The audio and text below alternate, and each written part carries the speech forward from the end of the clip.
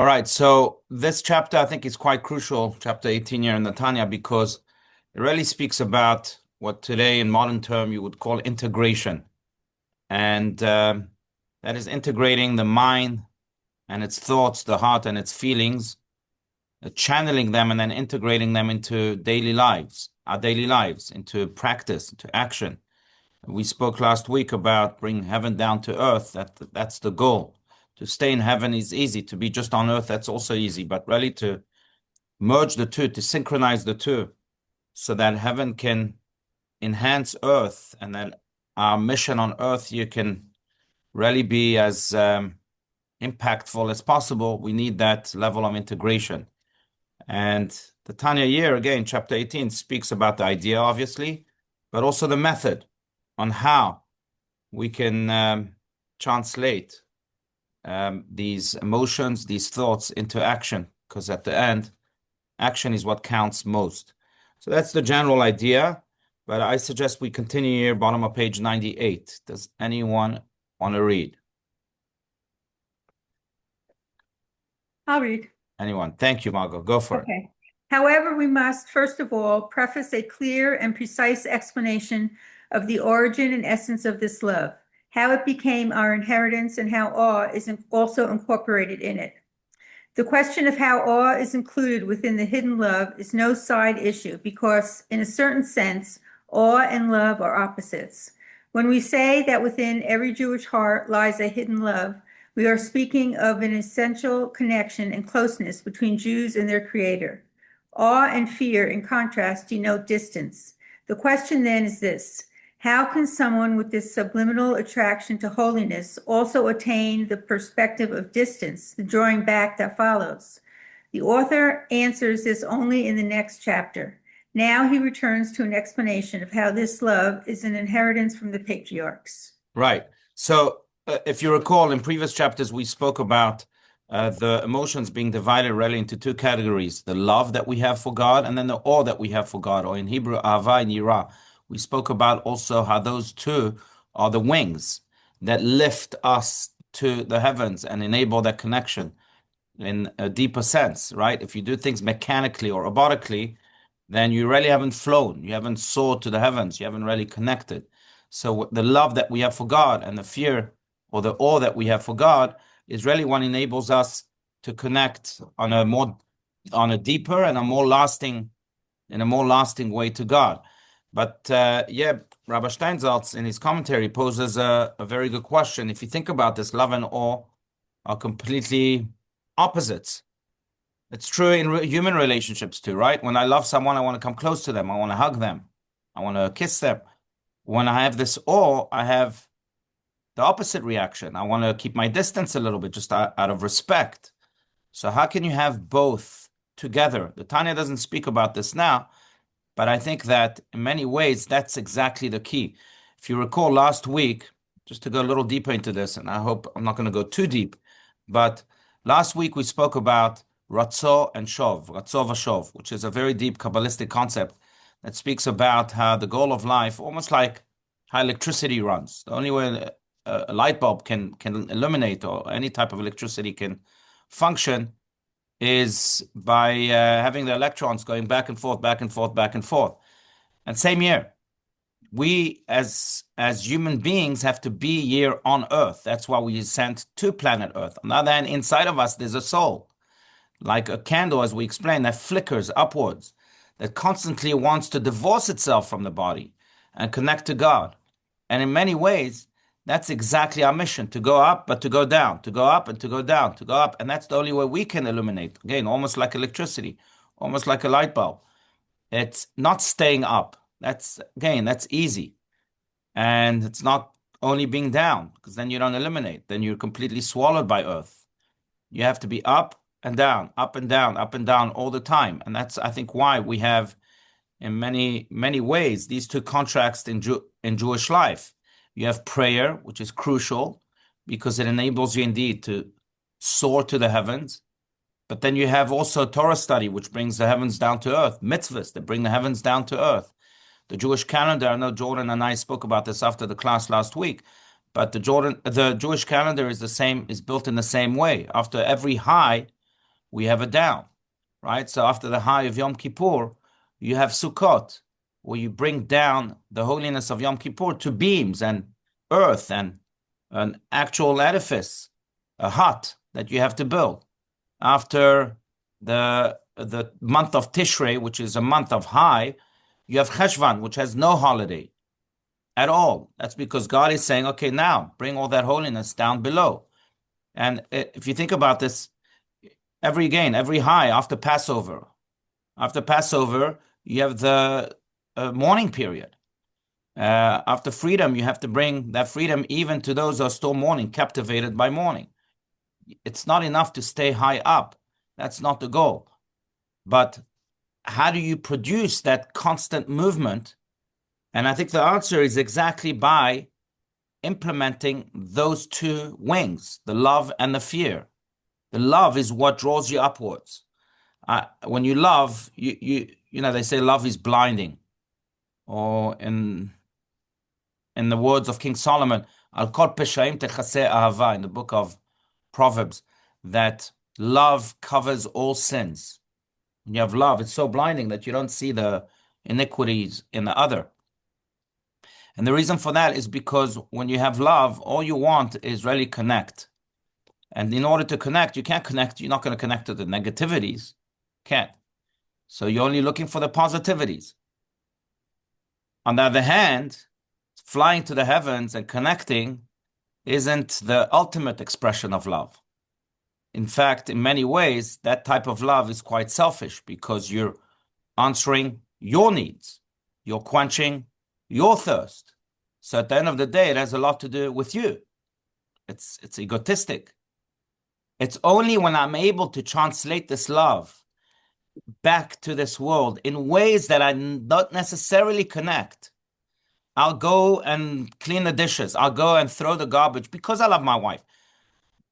And it's not something I like, but I love her and I respect her now so much that I'll do things that are not egotistic, that are not there for the connection, for the love, for the pleasure. They are there simply because I respect. So it's that yirah, that awe, that enables me to come down and to really express the ultimate level of love, the most selfless level of love, which is awe. This is also why in Kabbalah you have different levels of love and respect. And again, those are the two wings that enable us to truly connect. It's interesting because the highest level, so there's love, there's respect, there's love, there's respect. The highest level of connection is respect. It's not love. It's called yira ila'ah, superior or supreme yira, or you would think that the highest level of connection is love, right? All we need is love, no? But no, it's respect. Yira ilah, look it up in Kabbalah. Yira ilah. Why? Because the highest level of connection is not when I can feel good. Not when I can launch myself into some ecstasy. It's quite the opposite. It's when I can take that love and translate it into a place that is uncomfortable for me. And more importantly, a place of action that is uncomfortable for me. Because that's when I prove that my love is true love. If it's just about my ex, it's about me. My connection, it's about me. My love, it's about me. But respect is not about you. You think about this way, that it's true in human relationships too. Love really relates to that which we have in common with the other, right? On the most basic level. In friendships, I love sports, you love sports, great, let's go to a sports game. I love good food, you love good, let's go to a restaurant, right? It's a relationship of basic and maybe superficial love. But then respect, that other wing, really relates to that which we do not have in common with the other, right? You speak this way, you dress this way, you brush your teeth this way. And I don't understand it. I disagree. I think you should dress in blue and not in pink. I think you should speak calmly and not loudly. I think you should brush your teeth to the right and not to the left. I can't understand what you do, but I respect. So I can't understand it. Therefore, there's this distance. By the respect. Now, through respect, I'm allowing the other person to feel wholesome. And that, therefore, is the ultimate level of love. Because a love that strangles, a love that tells the other person how to brush the teeth, where there's no respect, is a love that doesn't last. It's also a love, as mentioned, that's very selfish.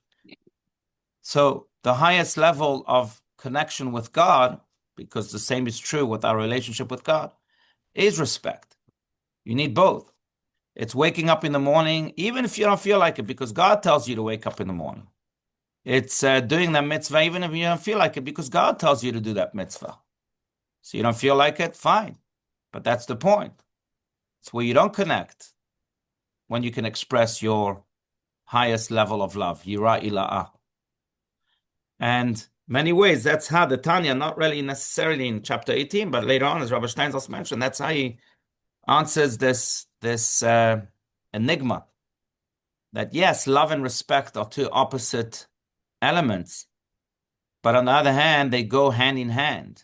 They enable the love to be selfless, and they enable indeed the connection to be practical and drawn down to this world, not just divorced from this world and disappear in oblivion in some upper world. That's the idea. And many ways, the Ratzov Shov that we spoke about really speaks about how we have to exercise this idea every day. That's the only way we can illuminate, like electricity. To go up, yes, we have to love. We have to connect when we feel God, and we, prayer again, I think does that. That's why prayer is so crucial. But on the other hand, we can't just stay there. We have to go down and bring down that heavenly connection to physical actions. That's the key. Okay, I don't want to be the only one speaking. So again, as I always say, feel free to speak up your mind, share your disagreements or comments. Otherwise, we can continue. All right, let's continue. The explanation is as follows. Page 99, yeah. Yeah, verily constituted the chariot. This expression comes from the Midrash based on the verses, and God went up from Abraham, and God went up from him. The Midrash follows the literal understanding that God was over the patriarchs in the manner of the description of the chariot and Ezekiel, and above the firmament that was over their heads. All right, continue. The image of the patriarchs, as the chariot tells us, besides their individual identities as Abraham, Isaac, and Jacob, they merited through their service of God to become a chariot, that is, channels of the Shekhinah. They reached such a level of nullification vis-a-vis God, whereby their bodies and souls became instruments and expressions of godliness and sanctity within the world. Now a chariot is, for its rider, no more than a vehicle, without any will of its own. Its self-nullification in regard to the rider is absolute, greater even than that of the horse to its rider. The intention in calling the patriarchs a chariot is that their I has ended. They have become the Shekhinah's instrument. Human dualities, the inclination toward good and the inclination toward evil, the body and soul, have ceased to play a role. As chariots of the divine presence, their I is as one with the will of God. Right. I think that's a very powerful idea. The word for chariot in Hebrew is merkava. And indeed, our forefathers are called merkava, which means a wagon, because a wagon is completely nullified to the rider, just as they were completely nullified to the rider, to God himself, to the master of the universe. And whatever they therefore did was what God in many ways did through them. Because they trained themselves so strongly that they became one with God. Just to use a different expression, but Martin Buber calls this the eye-to-eye relationship. There's the I to it. He speaks of three different types of relationships, and I think that in many ways applies to our relationship with God too, not just to human relationships. And some of you may be familiar with these terms. But the I to it relationship is where I relate to the other as an it. What does that mean? As an object. An object is an it. So long as I need the object, I will have a relationship with it. When I don't need the object, I'll throw it away. So right now, I need this water bottle. It's giving me water. Even though it's almost empty, you can see. But it's giving me water, so I need it. I have a relationship with it. As soon as I don't need this water bottle, as soon as I finish the water here, goodbye. I'll throw it away. Many relationships are like that. They are need-based, ego-based. You relate to the others and it. And when you don't need that it anymore, then you throw it away. Then the relationship ends. I would say that many, unfortunately, many relationships are like that. And the needs can vary. Sometimes the need is just a very practical one. I need company. Some people get married for company. Or I need pleasure. People get married for pleasure. It's true in friendships too. Sometimes it's a little deeper. I need you for something that you can bring to the table that I can't bring. You can clean better. I don't know. But again, that's an object. I to it. Then you have the I to thou relationship. I to you. And what this means is that no, I don't see you just as an object. It's something that can provide a need for me.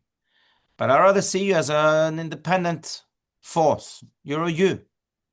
It's not an object, it's a subject. There's a human being there. And I am devoted to you. I will do things out of my comfort zone for you because I recognize that you're a you. So there's a deeper relationship. It's not just a codependency, but it's something much deeper than that. It's something in which I can transcend myself and do something in order to truly serve the other. Does that something happen all the time? Maybe not. But it's certainly that takes the center stage of my relationship. And by the way, that's also what makes us grow, specifically through challenges of life that we grow, as we all know. And it's true in relationships. Specifically through the challenging moments in the relationship do we grow. Like when couples tell me we've never had a disagreement, I don't see that favorably because, because it's specifically through the disagreements that you learn each other, that you can grow. Now, of course, it depends how the disagreements are executed. That's a whole different story. It's like someone told me that, before I got married, I would do most of the talking and my wife would do most of the listening.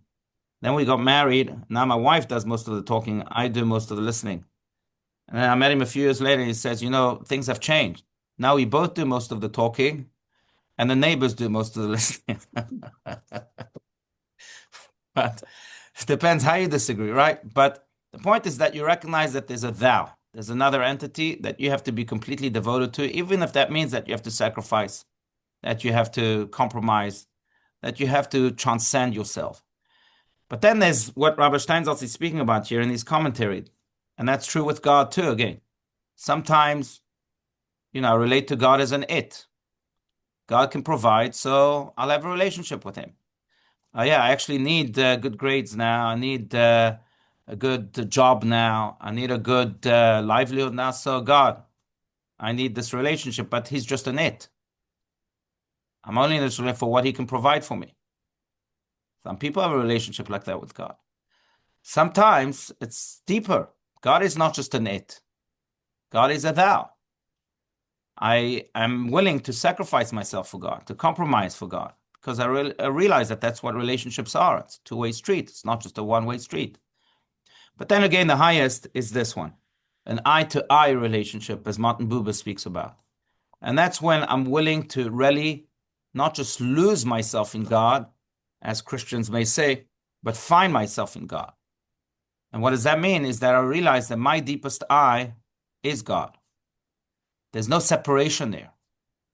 My I is his I. His I is my I.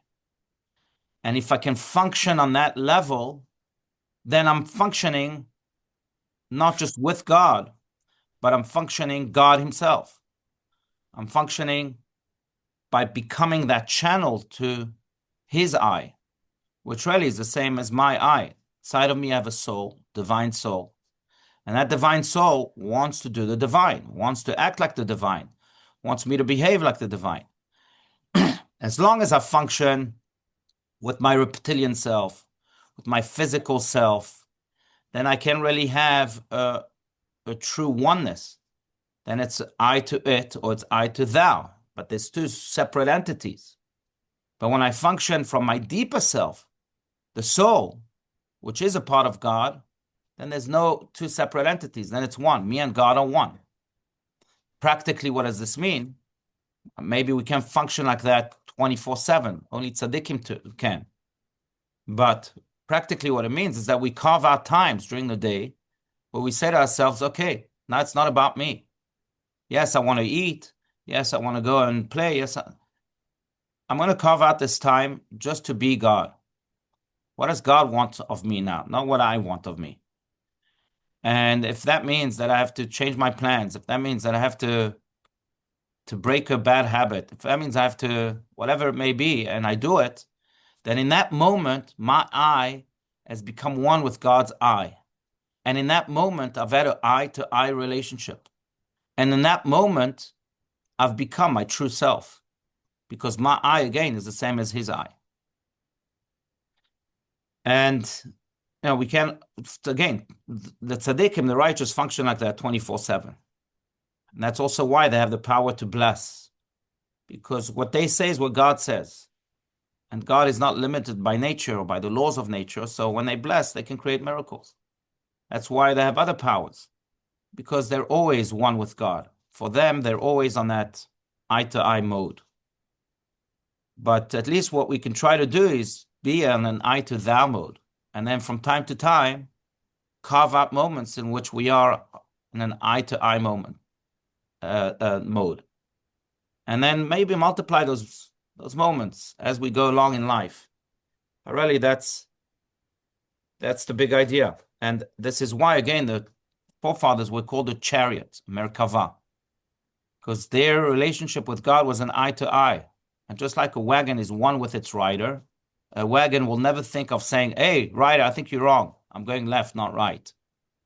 Or I think you need a pause. No, the wagon is one with the rider. The rider decides everything. And they, in many ways, complement one another. The rider can't function without a wagon. The wagon can function without a rider. But their oneness, their I is so one that there's never any argument between the two. That's how the forefathers function, really. That's how we should function, maybe not 24/7, but at least a few moments of the day. That's within reach. Everyone could do that.